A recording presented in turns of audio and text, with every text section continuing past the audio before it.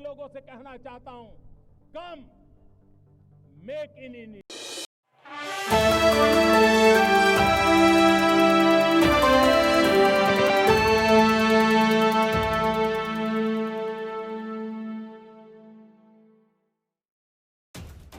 जैन साथियों, सत्य परेशान हो सकता है, पराजित नहीं।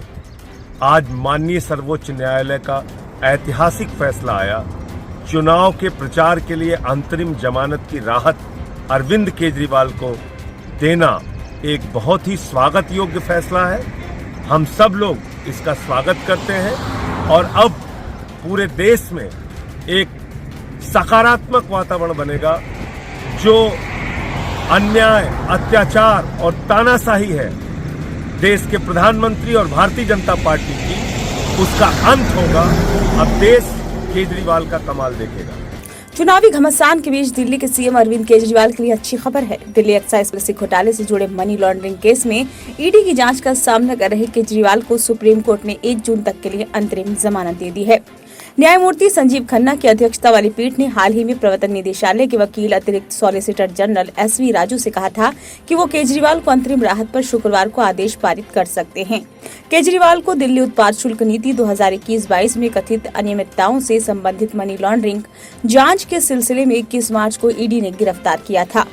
हाल ही में ईडी ने केजरीवाल की जमानत अर्जी का विरोध करते हुए सुप्रीम कोर्ट में एक हलफनामा भी दायर किया था। इसमें केंद्रीय एजेंसी ने कहा था कि चुनाव में प्रचार करने का अधिकार न तो मौलिक अधिकार है और न ही संवैधानिक।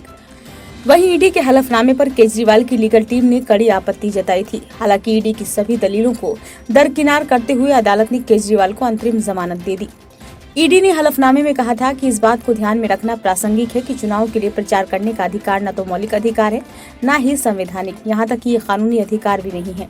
उपरोक्त तथ्यात्मक और कानूनी दलीलों के मद्देनजर अंतरिम जमानत के आग्रह को खारिज कर दिया जाना चाहिए, क्योंकि ये कानून के स्थापित सिद्धांतों के विपरीत होगा, जो संविधान की मूल विशेषता है।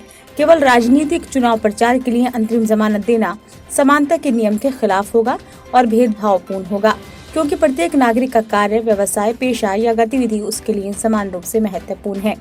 ईडी ने कहा था कि ऐसा समझना संभव नहीं होगा कि एक छोटे किसान या व्यापारी का काम किसी उस राजनीतिक नेता के प्रचार से कम महत्वपूर्ण है जो स्वीकार करता है कि वो चुनाव नहीं लड़ रहा है। इसने कहा कि यदि केजरीवाल को उनकी पार्टी के लिए लोकसभा चुनावों में प्रचार करने के लिए एक राजनीतिज्ञ होने का कारण कोई अंतरिम राहत दी जाती है, तो इसमें कोई दो राय नहीं है कि जेल में बंद सभी राजनीतिज्ञ ये दावा करते हुए समान राहत की मांग करेंगे कि वे भी इस श्रेणी में आते हैं। ब्यूरो रिपोर्ट, नई दिल्ली।